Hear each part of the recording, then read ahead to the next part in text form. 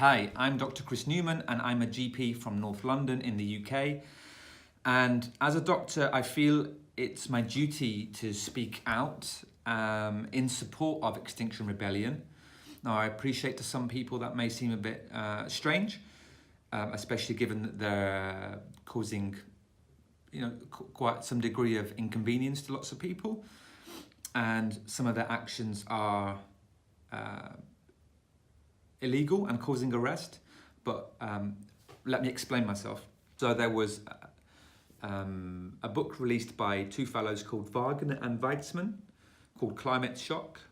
They predicted really quite a hellish scenario that is a 10% risk of a 6 degrees Celsius rise in global temperature. So the changes in the world that we would see at a 6 degree rise in temperature are, and I quote from another writer called Mark Linus, another well-established scientific journalist, they've been called so extreme it's almost unimaginable because most of the planetary surface will be functionally uninhabitable.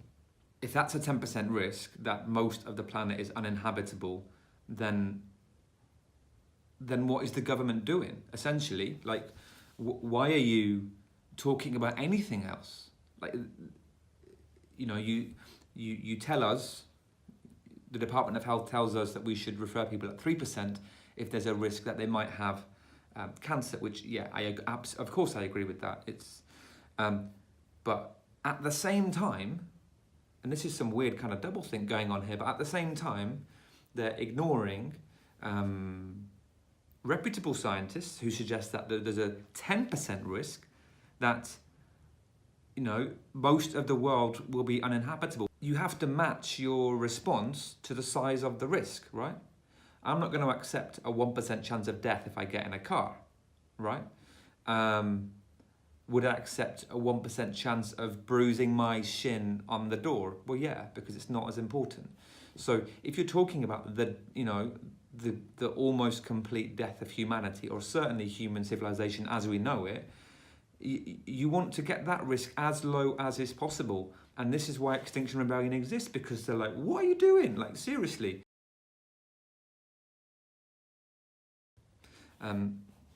Section 25, you must take prompt action if you think that patient safety, patient dignity, or patient comfort may be compromised. Section 26, you must offer help if emergencies arise in either clinical settings or in the community, taking account for your own safety, your own competence, and the availability of other options for care. It is an emergency. Like, that's why Extinction Rebellion are there. That's why so many leading scientific figures, and the darling of the natural world, David Attenborough, people are tearing their hair out trying to get this through, get this message across. Section 65, you must make sure that your conduct justifies your patient's trust in you and the public's trust in the profession. Well, what do the public expect of their health service, if not to protect their health? And the third point is why I think that doctors need to speak out more. Well, this movement, Extinction Rebellion, needs some kind of legitimacy in the eyes of certainly the more conservative folks out there. And perhaps it's going to take a group like doctors, like nurses, whatever, who are, we're gifted a certain level of respect in society by those people. So I would like to get hundreds of doctors all going on record publicly with a statement to say that they are in support of Extinction Rebellion. Because let's be clear, right? Multiple royal colleges have made statements, ignored. There was an open letter in the BMJ about climate change suggesting severe reductions in carbon output. It was ignored. Again, I mentioned the national treasure, Attenborough. It's ignored. And if you look back a few months ago, there was a meeting in the House of Commons about climate change. that room was almost empty. You had two people. You had Caroline Lucas and you had Zach Goldsmith, who proposed the motion, and you had a few supporters. Great, but this needs to be like the lot of them have to take it seriously, and they're clearly not. And if kind words and books by climate scientists, films by politicians, if they don't work, then what are we going to do? Like, am I going to make an open letter to Theresa May? No, she's not going to read it. I think Extinction Rebellion is a movement that is incredible in how it functions. And I think no one else in the last 50 years has done anything close to what they've already achieved. And I think we have to get behind them. You should know their demands before you do this. The first demand is that they tell the truth to the public and they say how bad it is. The second is that they make a commitment to zero carbon emissions by 2025, which is much, much earlier than they've previously stated. And yes, it will be very, very difficult, but this is why the kids are marching, because it's their future we're going to be messing up if we don't do something radical. And the third thing is that they want, they absolutely appreciate that that the way politics works right now, we have promotes short-term fixes to things, and this is a long-term problem. And so the difficulty with the way that our democracy runs is that long-term problems are ignored in sequential governments persistently, and we think that is why the problem is there. And so the third call is for a citizens' assembly specifically looking at climate change and biodiversity loss. And I appreciate this might make a lot of people feel a bit uncomfortable in terms of, do I really support that or not, because I don't know enough about it. But please check out their website. The more I read about it, the more I think about it, the more it seems to make sense, because the issue is, how does a short-termist government deal with a long-term problem? And I don't think we've figured that out yet.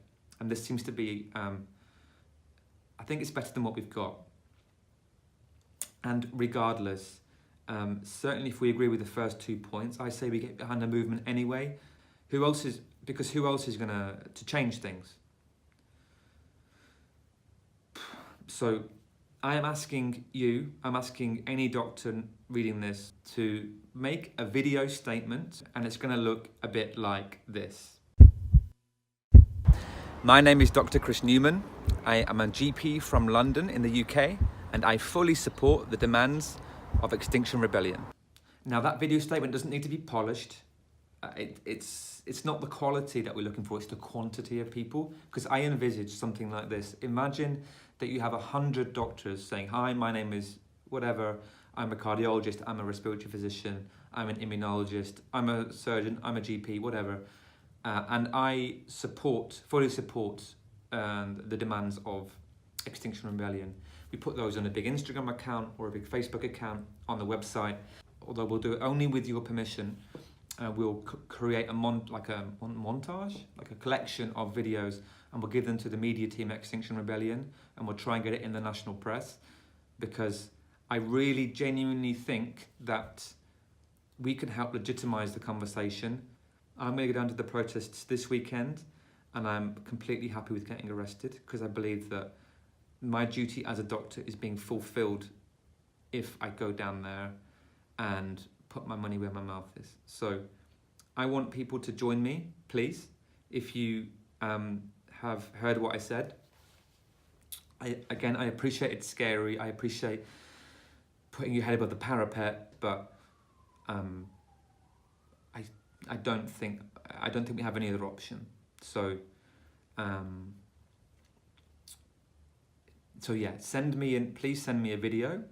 The email address is chris@doctors4xr.com. That's DOCTORSFORXR.com.